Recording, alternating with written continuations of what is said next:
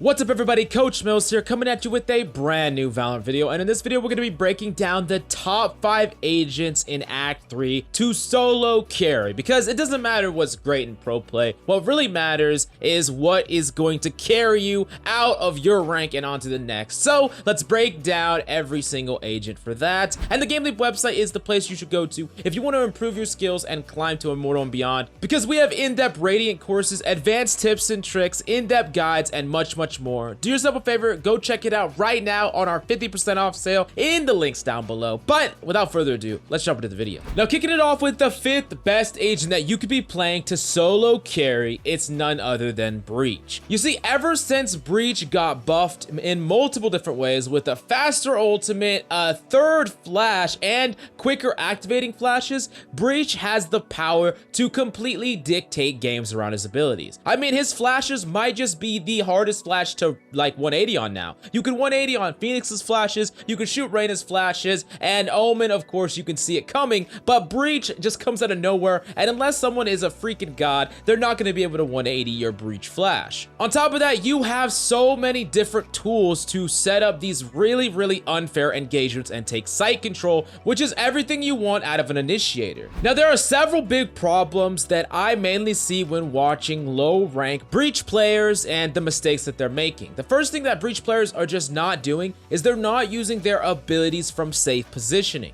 You got to make sure that you're clearing out certain areas with your abilities, and then of course, if you know an area is clear, you can position to clear the other angle without submitting yourself to like a bazillion other angles. Essentially what I'm saying is, as you start to clear sight, you're peeking more and more, but you know that all these angles are safe because you cleared them, and that way you don't whip out an ability and get shot in the freaking face. It's extremely important, and it's also important that you're doing everything you can to check all of these areas. Like if you're going onto site, you want to be checking behind boxes, on hell, check around the corner. Make sure that none of these areas an enemy can just camp in and get some free value. Force them to flush themselves out right into multiple people on your team, and you're going to be able to get a ton of free kills that way. And of course, if they're flashed, you're just going to get a free kill right then and there, and you're going to be able to carry a lot of games on Breach. Now, the next character to solo carry is none other than Jett. Now, yes, the operator is pretty nerfed now, but it's not unusable, and if you are going to be using the op, or if you want to tap into its power level,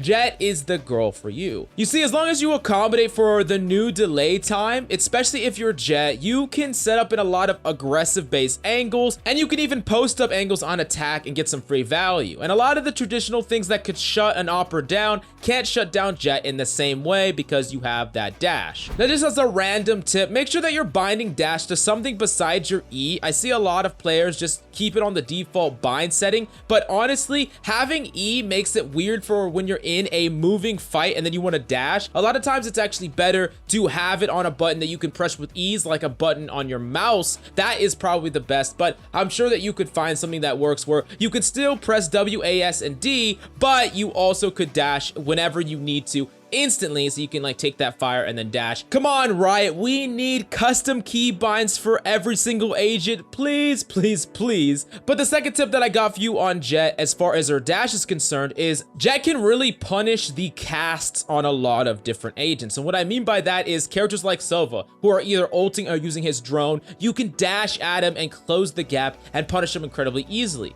Characters like Phoenix, who ult, if you can kill his ult and then dash in at him, you can kill him before his animation, the ending ult animation, gets finished. Especially when Skye comes out, Jett's gonna be amazing at shutting her down when she's using her little wolf thing on the ground, or when she's using her flash or guiding it. Jett's gonna be able to shut that down as well. So Jett is actually still amazing, and especially to solo carry, she's one of the best agents you could possibly play in order to climb. Now, moving on to the next agent that we gotta break down that's absolutely perfect if you need something to solo carry is none other than Omen. Now, Omen is pretty unique on this list because a lot of times, especially in this meta, you're gonna have like one sentinel, one smoke, and like 3 duelists a lot of the time. But Omen is one of those characters that fills that precious controller or smoke smoke role, and at the same time still has the ability to pop off and carry. Now, managing all of that, whether it's defensive smoking for your team, and making these crazy pop-off teleporter plays, can be very difficult, and that's why, in my opinion, Omen is one of the hardest agents to master in the entire game. But if you put in the work into Omen, you can really see just how much impact you can have over the course of a game.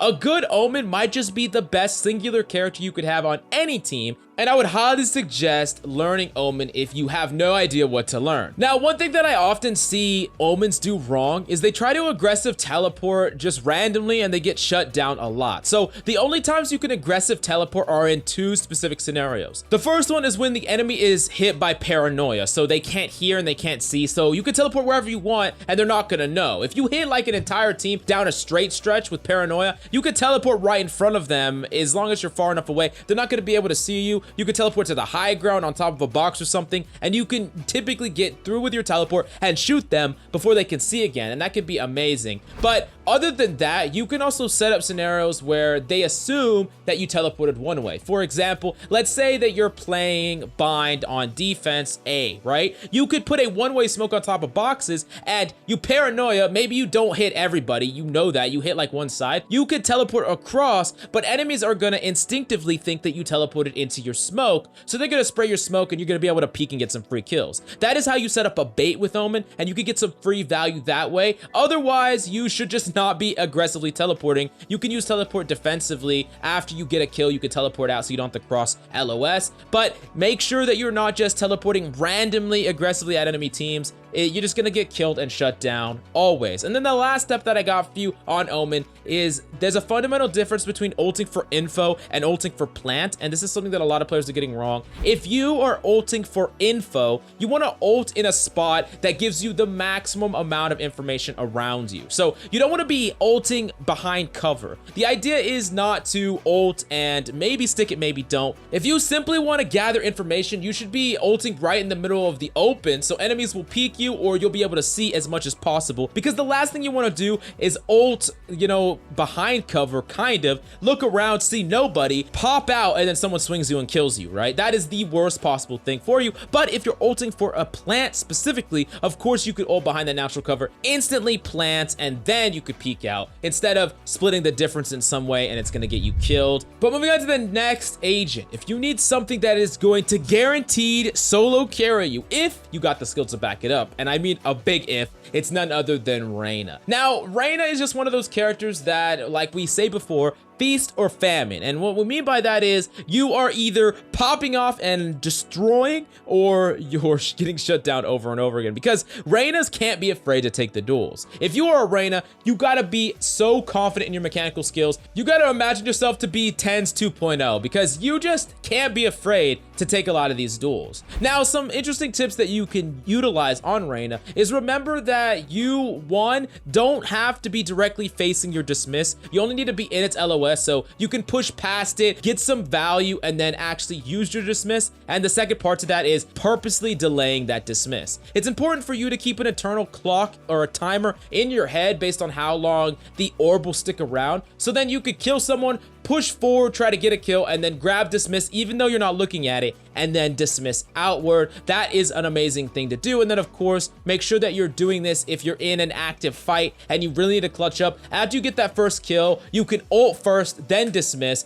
get that heal, get that relocation, and of course the invis, and then you can clutch up from there and kill the entire enemy team. Now, moving on to the last agent that we're gonna break down in this video is none other than Phoenix, the best character to solo carry in the game. And you might not think so at first, but let me explain why Phoenix is just the perfect agent if you really want to put the entire game on your shoulders. First off, Phoenix has the capability to be self-sufficient because he has multiple abilities that can help him heal. He has an ultimate that can not only gather information, but can allow him to go in with such aggression that aggression enables him to swing angles more confidently and get a whole bunch of kills in the process. And he has abilities that can set up engagements and sight control, flashes to set up unfair engagements and take control of sight, and LOS blocking wall that is just, when all else fails, you can use that to engage point if you don't have a smoke player alive. There is just so much that Phoenix can do that other characters can't. He's like a jack of all trades character. He can fill a weakness in almost any team composition. Now that being said though, there's one thing that a lot of low ranking Phoenix players are doing incorrectly, and it's a big mistake,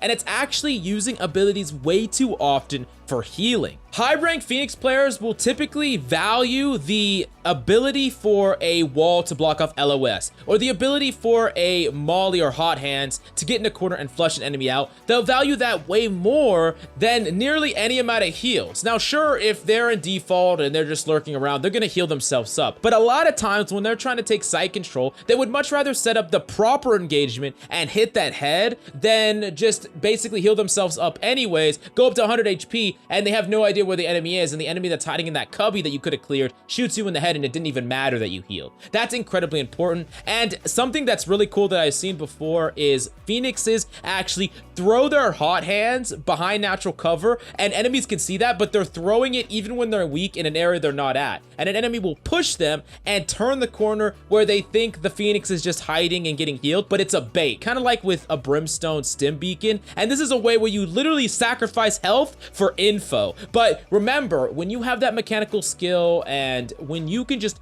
turn matchups on a dime, hit that head and win the matchup, it doesn't matter about a little bit more health when you can use your abilities to guarantee that kill. But definitely let me know if you agree or disagree with the list. Is there any other agents that I didn't put on the top 5 solo carry list that you think deserves a spot? I mean, there's a lot of really good characters for solo carrying, like Raze and Sova, even Viper, but let me know what your favorite character is in the comments down below, and go head over to the GameLip website with our special 50% off sale right now, because we have in-depth Radiant tier VOD reviews, advanced tips and tricks, and so much more to help you climb the ladder with these. Thank you so much for coming by. That's all we got for you today. I'm Coach Mills, and of course, until next time,